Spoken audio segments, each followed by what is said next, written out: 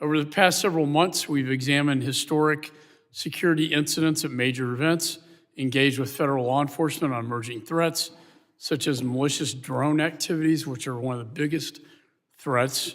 We've held in-depth discussions with security leadership from FIFA and the Olympics. These discussions have informed our work to provide legislative solutions to protect these events and ensure that they showcase American leadership. In fact, the legislation this task force is working on to counter adversarial drones at these events recently passed in the House National Defense Authorization, which we were very pleased to see. I want to thank the White House for working with us to get that language in there and passed into law. When we first established this, Ranking Member Poe and I agreed that human trafficking associated with these events would be among the various challenges that need to be addressed.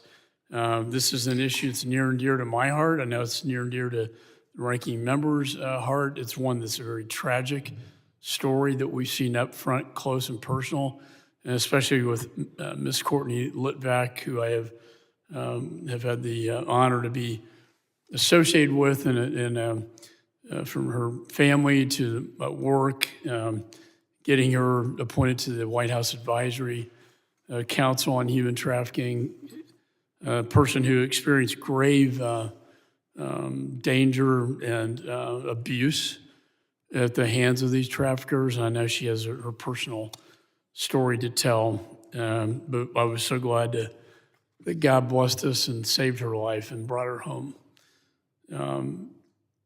Millions of people, though, will be subjected to forced labor and sexual exploitation. They are every day. As we prepare to host the largest international sporting event in history, it's essential that law enforcement, advocacy groups, industry partners, and the federal government work together to disrupt trafficking operations to protect the most vulnerable amongst us.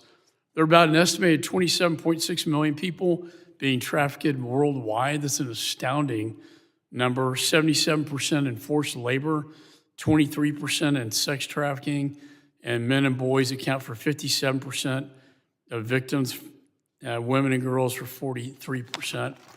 It occurs every day in the United States and across the globe. This crime remains hidden to a large extent. The experiences of survivors are not told as often as they should.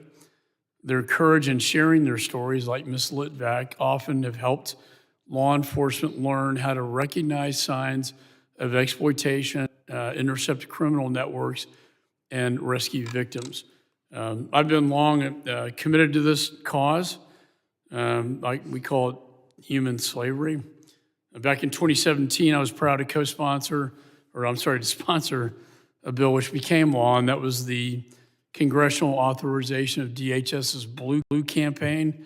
This legislation has enabled the Department of Homeland Security to properly coordinate anti-human trafficking activities and serve as a resource to state and local law enforcement to end human trafficking. I don't think we're anywhere near ending human trafficking, though, unfortunately. In 2020, I led legislation requiring the U.S. Department of State to track and report when and where traffickers applied for U.S. visas, and we denied those visas. This bill extended the U.S. Advisory Council on Human Trafficking I talked about through 2025. We'll have to reauthorize that to ensure survivors have a platform on that council to advise the president's interagency task force on policies to combat trafficking. As I mentioned, we're delighted to have Courtney Litvak here, and all of you, between the sheriff and the Hotel and Motel Association. We rely on law enforcement to enforce justice, put a stop on these horrible crimes being committed. Training and coordination must extend beyond law enforcement to include, as we have here today, hotel staff, organizers, transportation. It goes into a lot of different areas. And I can go on and on with this, but at the end of the day, I think this is an important hearing to address a very horrible crime, a scourge that's around the world, but we obviously seeing it in the United States is very difficult. I anticipate with these World Cup events coming up, just like we've seen with Super Bowl games, and I think we'll be talking about the Houston one in particular. It is one of the, is a former federal prosecutor, chairman of this committee, former. It's one of the most horrific things I've seen in my lifetime. I want to do everything we can, Ms. Poe and this task force, to try to ensure these games are safely conducted with as little of this criminal activity as possible. So